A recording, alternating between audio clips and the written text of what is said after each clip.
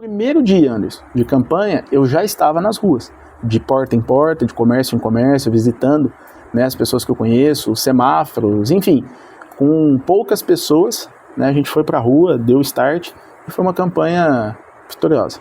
Por que o senhor escolheu cursar Direito hoje? Cara, o Direito, ele está na minha vida desde sempre. Meu pai é formado em Direito, felizmente sem a OAB, não pegou, não seguiu na profissão, e sempre gostei de Direito. Na escola as pessoas brincavam comigo, que tinha duas profissões para mim, ou ser político, ou ser advogado, né, pelo gostar de falar e tudo mais. E aí na época que eu saio do terceiro colegial em 2018, fico 6 meses sem cursar nada, entro na Unip em 2019 no meio do ano, o Direito já estava no meu coração, já gostava e gosto até hoje, né, fiz uma faculdade que gosto.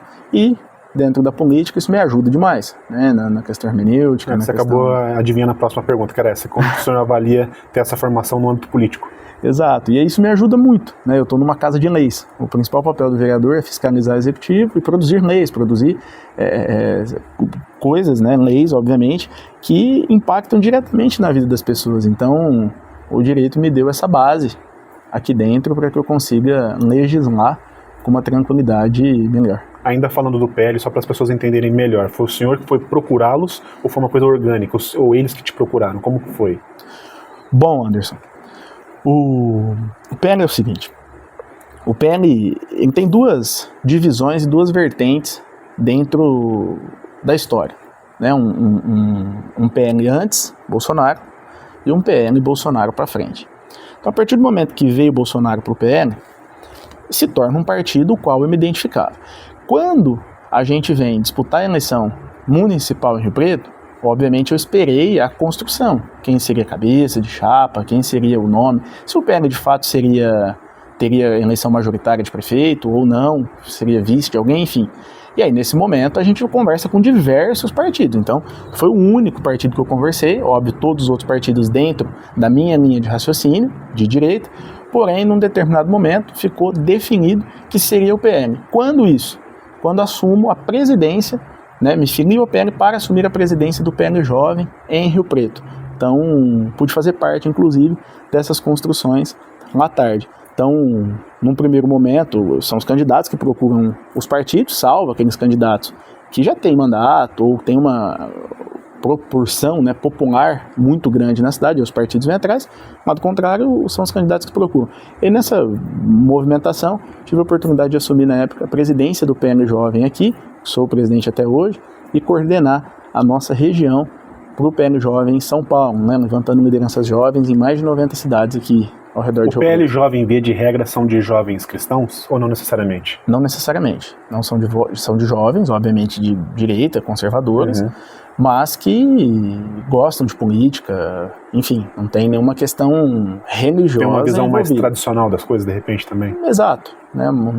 O PL é um partido que acredita em jovens, né, Anderson? Hoje a gente vê que é o partido que mais tem jovens sendo candidatos, que mais elegeu jovens em toda a amplitude nacional de eleições, né? A gente disputou a eleição municipal, mas teve eleição no Brasil inteiro, então toda a amplitude nacional. Os partidos que mais elegeram jovens foram o PL e outros de esquerda. Então, olhando dentro de um lado conservador, o PL foi o partido que deu oportunidade para os jovens, né, disputarem a eleição. Porque a política a gente sabe que por muitas vezes a gente tem que respeitar uma hierarquia, né, pô, vamos dar espaço para os mais velhos aí, os mais antigões, e os jovens acabam ficando um pouquinho em segundo plano, tendo que esperar essa cadeia, né, até chegar o seu momento. E o PL não, o PL quebrou isso, deu oportunidade para os jovens, vai disputar a eleição, toma a legenda aqui, vai lá, vai para a rua, vai fazer o seu trabalho e faça um bom trabalho. Então, por isso a questão do PL Jovem aí, não só em Rio Preto, mas em todo o país. Apesar de estar conhecendo pessoalmente hoje, a gente pode se enganar, né? Porque afinal de contas eu sou jornalista, não sou estudante de jornalismo, mas a gente tem nossa percepção enquanto leitor. O senhor me passa a ótica de ser uma pessoa muito ponderada, apesar de também transparecer que tem valores muito arraigados e muito, né? Não muito, vamos dizer assim, flexíveis em alguns aspectos, como o senhor deixou muito bem claro no início da entrevista. Como é o diálogo do senhor com setores progressistas e de esquerda? Anderson, assim, quando a gente vai discutir ideologia, eu tenho posição. E aí a minha posição é muito clara, vou até o final para defender aquilo que eu acredito, tenho postura, tenho força, tenho garra, tenho coragem. Porém, aprendi com o Nicolas que a política também se constrói com diálogo.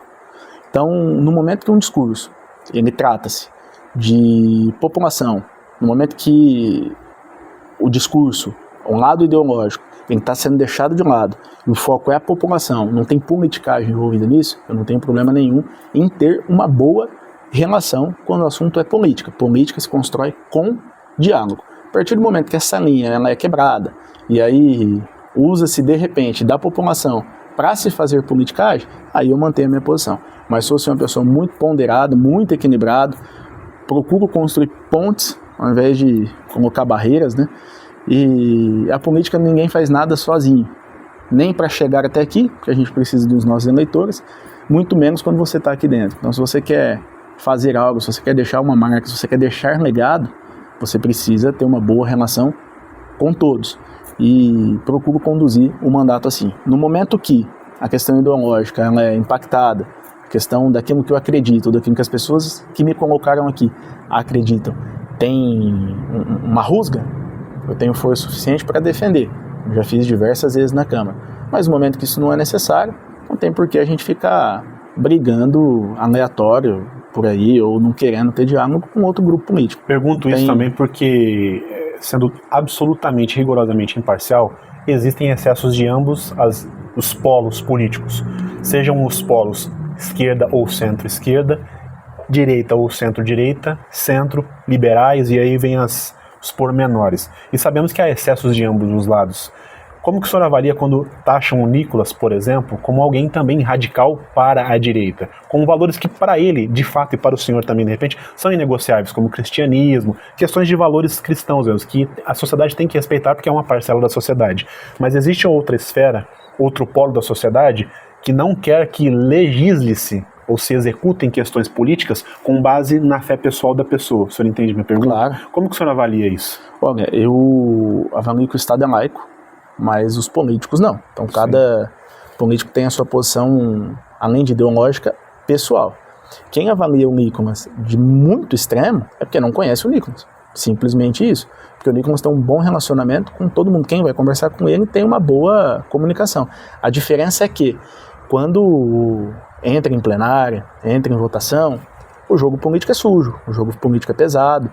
E por muitas vezes é necessário um posicionamento um pouco mais firme e radical para que aquilo que é simplesmente uma pauta ideológica não impacte negativamente uma geração inteira